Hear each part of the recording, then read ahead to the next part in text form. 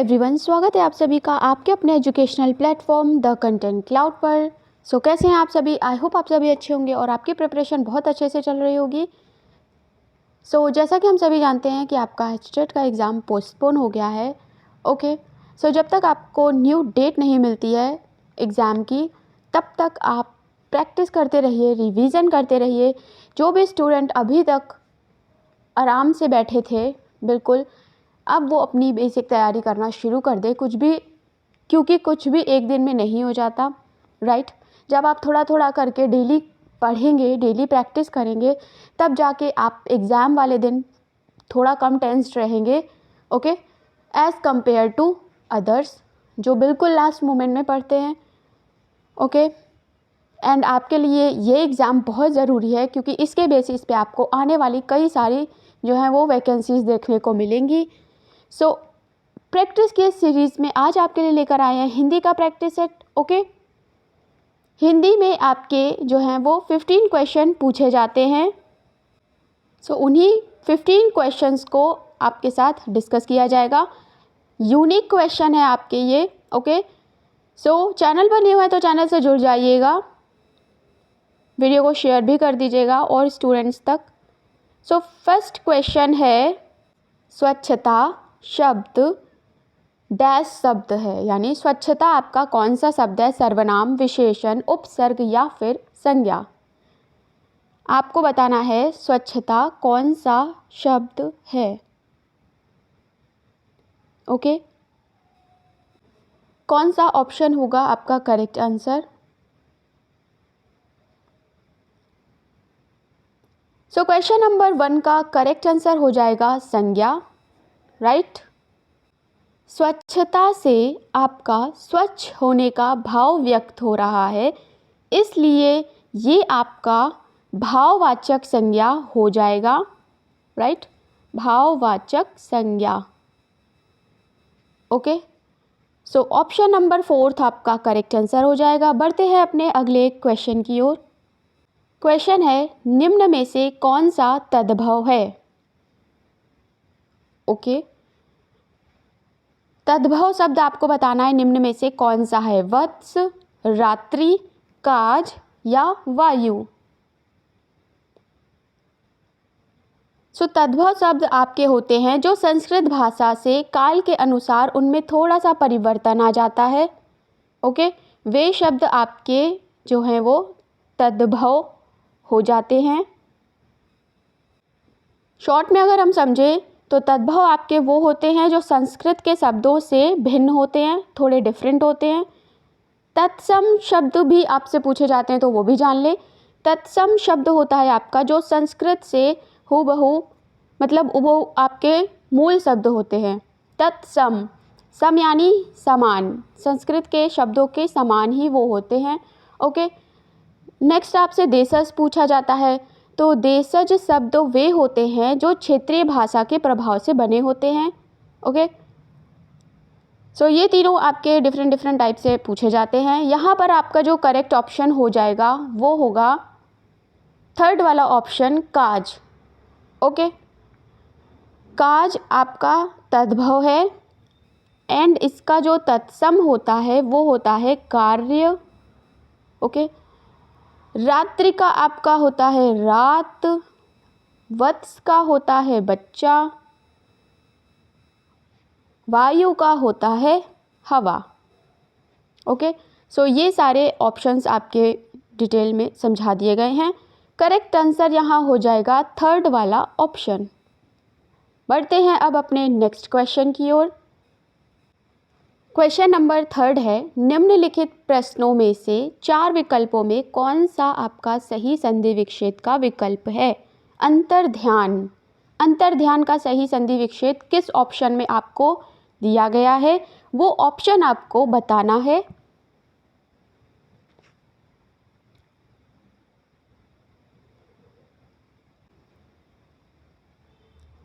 यहाँ पे अंतर्ध्यान का जो सही संधि विच्छेद है वो हो जाएगा, आप लोगों को ऐसा कोई भी टॉपिक है जिसे आपको प्रैक्टिस करनी है, जिसे आपको डिटेल में समझना है, वो कमेंट सेक्शन में ज़रूर बताइएगा। आपको उस टॉपिक से रिलेटेड जो भी आपका वीडियो है वो प्रोवाइड करवा दिया जाएगा। ओके, सो कमेंट में ज़रूर बताइएगा कोई भी डाउट हो किसी भी टॉपिक को लेकर। सो यहाँ पर आपका अंतर्ध्यान का करेक्ट आंसर हो जाएगा अंतः प्लस ध्यान। ओके, यहाँ आपका विसर्ग संधि है। संधि से रिलेटेड आपका डेडिकेटेड वीडियो है, आपको उसमें बहुत अच्छे से प्रैक्टिस कराई गई है, आप उसे ज़रूर देख लीजिएगा। बढ़ते हैं अपने अगले प्रश्न की ओर।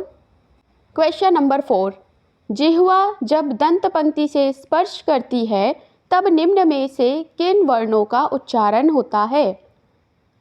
ऑप्शंस आपको दिए गए हैं, आपको बताना है। ये क्वेश्चन आपका ऑल टाइम फेवरेट है।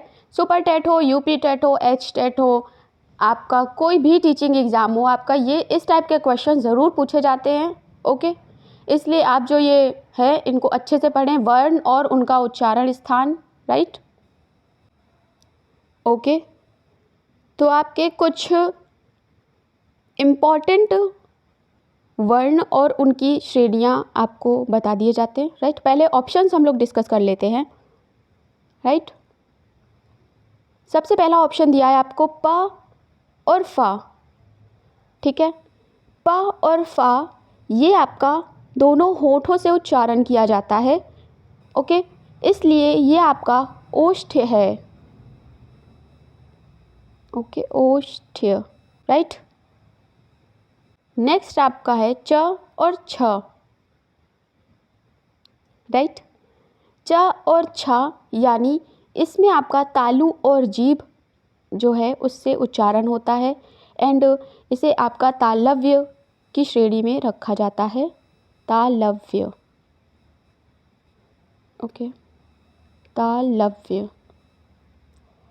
अगला आपका ऑप्शन है ट ठ। ट और ठ ये आपका मूर्धा और जीभ है इसका उच्चारण स्थान। ओके, इसलिए आपका इसे मूर्धन्य श्रेणी में रखा जाता है। नेक्स्ट ऑप्शन है आपका द और ध।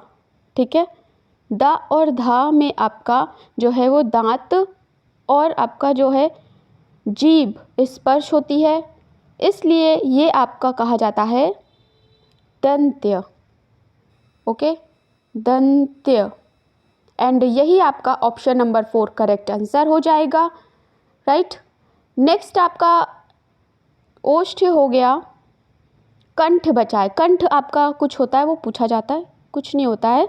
कंठ आपका उच्चारण स्थान होता है। वे वर्ण जो कंठ और जीभ का निचला भाग जहाँ यूज़ हो वो आपका उच्चारण होता है, वो वर्ड हैं आपके, लिख लीजिए। ओके, कंठ आप लिख लीजिएगा क, ख, ग, घ, ओके, विसर्ग एटसेट्रा। सो ये आपका कंठ हो गया।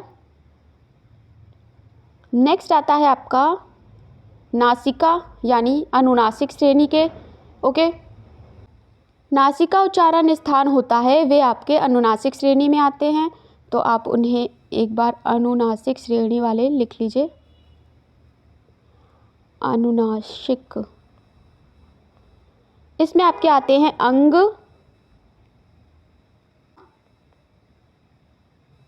ना और म। ओके, ये हो गए। सो ये आपके कुछ इंपॉर्टेंट हो गए जो आपसे पूछे जाते हैं। ओष्ठ्य, तालव्य, मूर्धन्य, दंत्य, अनुनासिक और कंठ्य। राइट, सो यहाँ पर 4th ऑप्शन आपका करेक्ट आंसर हो जाएगा। बढ़ते हैं अपने अगले क्वेश्चन की ओर। क्वेश्चन नंबर 5, निम्न में से कौन सा वाक्य अपूर्ण भूतकाल से संबंधित है? अपूर्ण भूतकाल से संबंधित कौन सा वाक्य है? वह गाना गाता है, वह गाना गा चुका है, वह गाना गा रहा था, वह गाना गाएगा। ओके, सो यहाँ पर आपका जो 3rd वाला ऑप्शन है वह गाना गा रहा था, ये आपका अपूर्ण भूतकाल है। ओके, सो एक बार हम सभी यहाँ पर अपूर्ण भूतकाल की डेफिनेशन को समझते हैं। यानी जिन शब्दों से हमें यह पता चलता है कि काम भूतकाल में यानी शुरू तो हुआ था पास्ट में, बट अभी वो समाप्त नहीं हुआ है, तो उसे आपका अपूर्ण भूतकाल कंसीडर किया जाता है। यानी वे शब्द जो पता चलता है कि भूतकाल पे शुरू तो हुए थे लेकिन अभी समाप्त नहीं हुए हैं, वे आपके अपूर्ण भूतकाल के अंतर्गत आते हैं। शब्द आपको देखने को मिल सकते हैं रहा था, रही थी, रहे थे। ओके, जब आपको ये सारे वर्ड्स देखने को मिले किसी सेंटेंस में और आपसे पूछा जाए इस प्रकार का क्वेश्चन, तो आपको वहाँ पर ये ढूंढकर उस ऑप्शन को टिक करना है, राइट। बढ़ते हैं अपने अगले क्वेश्चन की ओर। Third option is the correct answer. Question number 6, उस मूल ध्वनि को जिसके खंड ना हो सके क्या कहते हैं। सबसे पहला आपको जब आपको हिंदी पढ़ाना शुरू किया जाता है सबसे पहले यही बताया जाता है। ओके, सो यहाँ पर आपका उस मूल ध्वनि को जिसके खंड जिसके टुकड़े ना हो सके आपका वर्ण कहते हैं, राइट। नेक्स्ट आपको बताया गया है शब्द। तो भाषा की सबसे छोटी इकाई वर्ण होती है और वर्णों का सार्थक समूह आपका शब्द कहलाता है। ओके, प्रत्यय आप सभी को पता है, शब्द के उपरांत जिस शब्द का प्रयोग किया जाता है वह प्रत्यय होते हैं, राइट। सो बढ़ते हैं अब अपने अगले क्वेश्चन की ओर। Second option is the correct answer. Question number 7, खड़ी बोली हिंदी की किस उपभाषा के अंतर्गत आती है। वेरी इंपॉर्टेंट क्वेश्चन है। खड़ी बोली हिंदी की किस उपभाषा के अंतर्गत आती है। बिहारी हिंदी, पश्चिमी हिंदी, पहाड़ी हिंदी या पूर्वी हिंदी। खड़ी बोली आपका किसके अंतर्गत आती है आपको बताना है। सो हम लोग शुरू करते हैं ऑप्शन नंबर 4 से। ओके, पूर्वी हिंदी जो है इसकी उपभाषा आपकी अवधी है, बघेली है, ओके, छत्तीसगढ़ी है। नेक्स्ट आपका आता है पहाड़ी हिंदी की उपभाषा, तो इसका कोंकणी आदि है यानी कोंकणी भाषा है, ये आपकी पहाड़ी हिंदी के अंतर्गत आती है। अगली हमारी आती है पश्चिमी हिंदी, तो पश्चिमी हिंदी में आपकी ब्रज भाषा, ओके, खड़ी बोली ये आपकी आती है। नेक्स्ट है बिहारी हिंदी, तो बिहारी हिंदी की उपभाषा है आपकी मैथिली,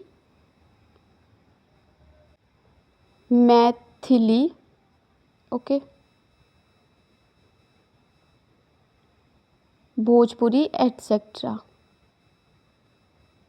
राइट। तो अब आप जान लीजिए कि खड़ी बोली आपकी किसके अंतर्गत आती है। आपका करेक्ट ऑप्शन हो जाएगा पश्चिमी हिंदी के अंतर्गत। Second option is the correct answer. बढ़ते हैं अपने अगले प्रश्न की ओर।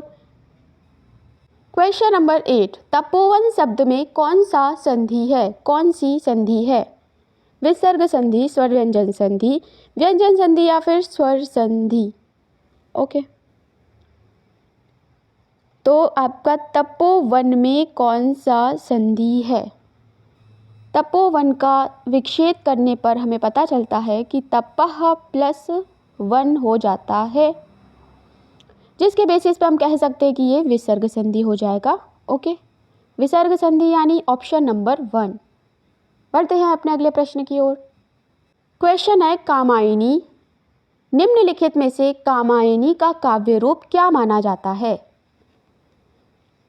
सो आपके हिंदी के 15 क्वेश्चन आपको देखने को मिलेंगे, लेकिन हम ये बिल्कुल अफोर्ड नहीं कर सकते कि 15 में से आप एक भी क्वेश्चन को छोड़ें या एक भी क्वेश्चन को गलत करें। इसलिए आपको बेस्ट प्रैक्टिस करनी होगी। मैक्सिमम क्वेश्चंस को सॉल्व करें जिससे कि आप अपना अच्छा बेस्ट स्कोर कर पाएँ। ओके, सो हिंदी की आपकी मैराथन वीडियो ऑलरेडी अवेलेबल है, आप उसे ज़रूर देख लीजिएगा। उसमें आपके प्रीवियस ईयर के सारे ही क्वेश्चन आपको बताए गए हैं, समझाए गए हैं।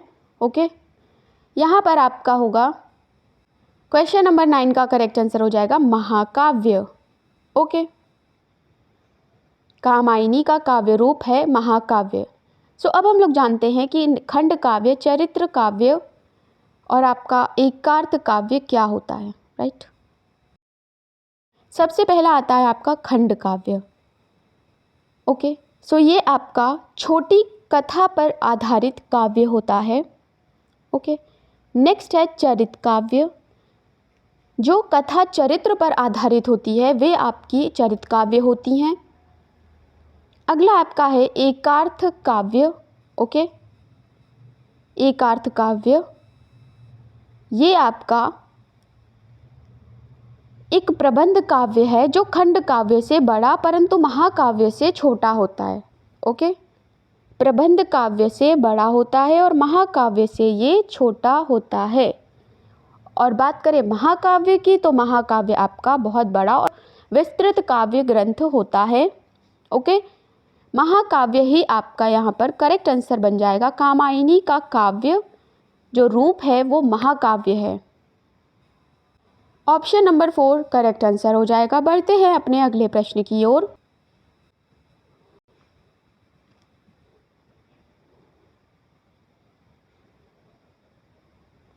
टेंथ नंबर है, निम्नलिखित में से कौन सा शब्द अर्ध तत्सम शब्द है? अर्ध तत्सम शब्द आपको बताना है। राइट। सो अगर आप सभी में से किसी को भी हिंदी का कोई टॉपिक या कोई क्वेश्चन नहीं आता या डिफ़िकल्ट लगता है, थोड़ी भी हिंदी कठिन लगती है, तो आप चैनल पर अवेलेबल हिंदी के सारे वीडियो देख डालें। आपके 15 में से 10-11 नंबर कहीं नहीं गए। और फिर आप जो अभी लेटेस्ट वीडियो एचटेट के हैं इन्हें भी देख लीजिए। ओके, सो उन वीडियोस में आपको हिंदी के प्रैक्टिस कराई गई है, डिटेल में समझाया गया है और ट्रिक्स भी बताई गई हैं। सो उन्हें देख लीजिएगा।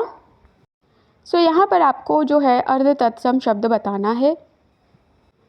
करेक्ट आंसर हो जाएगा अक्षर, यानी सेकेंड ऑप्शन आपका करेक्ट आंसर हो जाएगा। बढ़ते हैं अगले प्रश्न की ओर। ये सभी आपके सिलेक्टेड और इम्पॉर्टेंट क्वेश्चन हैं। अगला है क्वेश्चन नंबर 11। एक तो करेला दूजे नीम चढ़ा, इस लोकोक्ति से इसका सटीक अर्थ क्या है आपको बताना है।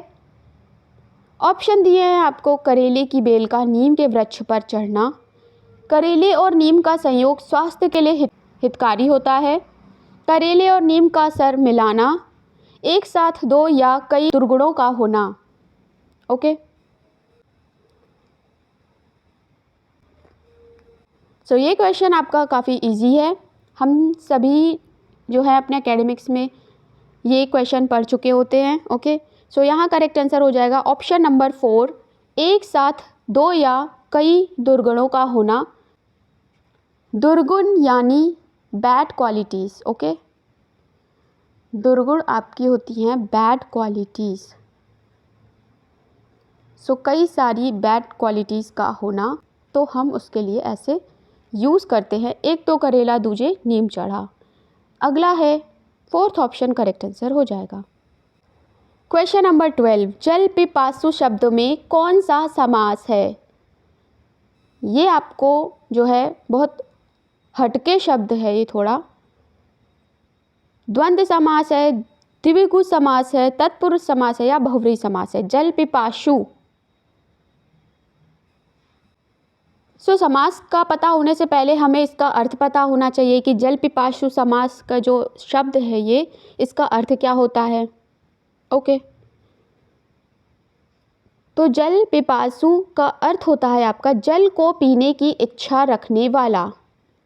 जल को पीने की इच्छा रखने वाला जल पिपासु होता है। जैसे ही हमें इसका अर्थ पता चला, एक बार लिख देते हैं। ओके, जल को पीने की इच्छा रखने वाला। सो यहाँ पर जैसे ही आपको ये को दिखेगा, आपको समझ तुरंत आ जाएगा कि ये तत्पुरुष समास की यहाँ पर बात हो रही है। ओके, सो अगर आपको कई बार अर्थ पता होता है तो आसानी से समास को आप फाइंड आउट कर लेते हैं। थर्ड ऑप्शन करेक्ट आंसर हो जाएगा। बढ़ते हैं अपने अगले क्वेश्चन की ओर। क्वेश्चन नंबर 13 है, निम्नलिखित में से कौन सा युग्म असंगत है? कौन सा युग्म आपका असंगत है बताना है। अन्न जल, आचार विचार, पीना खाना, नून तेल।